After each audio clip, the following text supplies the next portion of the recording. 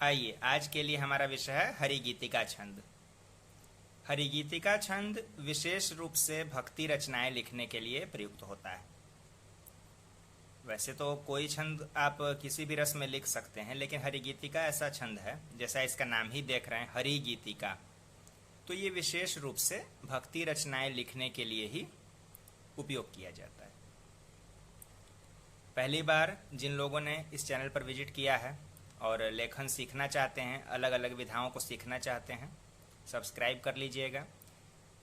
साथ में प्लेलिस्ट ज़रूर देख लीजिएगा, क्योंकि प्लेलिस्ट में अभी तक 100 से ज़्यादा विभिन्न विधाओं पर वीडियो में लगा चुका हूँ, अलग अलग विधाओं पर।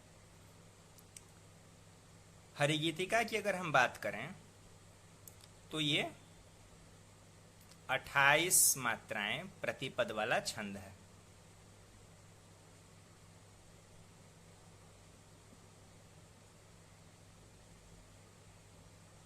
इसके हर एक पद में 28 मात्राएं होती है। इसकी लय बहुत सुंदर होती है। इन 28 मात्राओं की मात्रा बांट 16, 12। यहां ध्यान दीजिएगा, 16, 12 इस तरह से आपको इन 28 मात्राओं को बांटना है। अब सिर्फ 16, 12 में आपने मात्रा बांट कर ली, इतने से इसका काम नहीं चलेगा। इसके अलावा हमको एक और महत्वपूर्ण बिंदु पर आना पड़ता है, जो कि है इसकी आंतरिक लय। आंतरिक लय किसी भी छंद का अपना एक गुण होता है।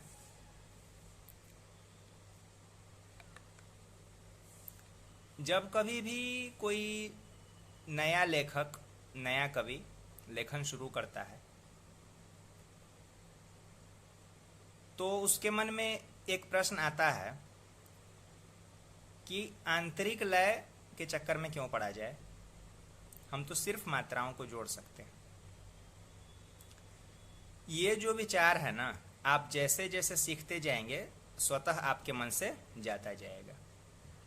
क्योंकि जैसे जैसे आपका प्रयास बढ़ेगा, आपका हाथ मात्राओं के संयोजन में सधेगा, आपको मात्रा संयोजन कठिन लगना भी बंद हो जाएगा।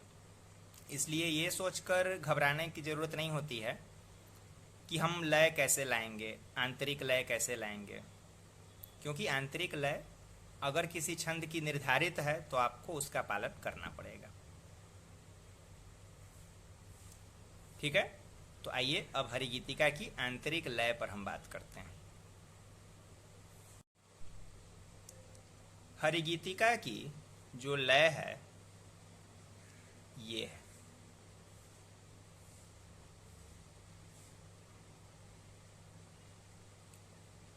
आपको इसी लय का पालन करना है। तगण, गुरु, इसकी 4 आवृत्तियां।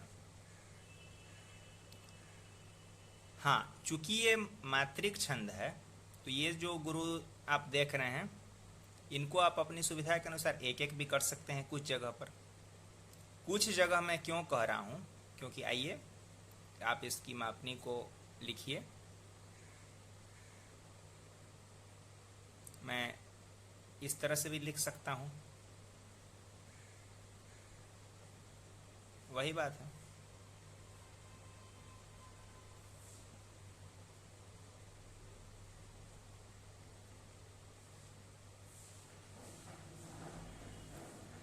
अब यहाँ पर एक बात ध्यान दीजिएगा कि ये जो आप लय देख रहे हैं ना, यही इसका मीटर है, मापनी है। पद के अंत में ये जो 2, 1, 2 आया है, यानी रगण आया है, इसको रगण ही रहने दीजिएगा। इसके अलावा बीच में कहीं पर भी कोई ऐसा शब्द नहीं चुनना है जो कि एक शब्द में ही जगण बन जाए।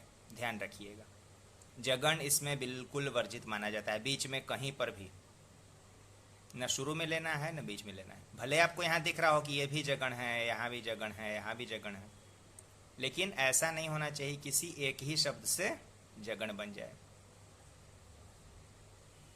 दो शब्दों को मिलाकर आए तो कोई दिक्कत नहीं। यही इसकी मापनी होती है। इसके अलावा यहाँ वाले इस रगड़ के अलावा बाकी जितने भी आपको दो दिख रहे हैं, ये आपको एक एक किया जा सकता है।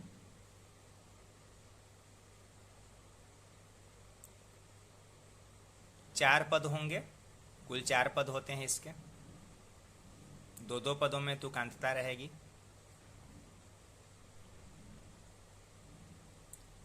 इसी मापनी पर, हरिगीतिका की ही मापनी पर उर्दू की भी एक बहर चलती है।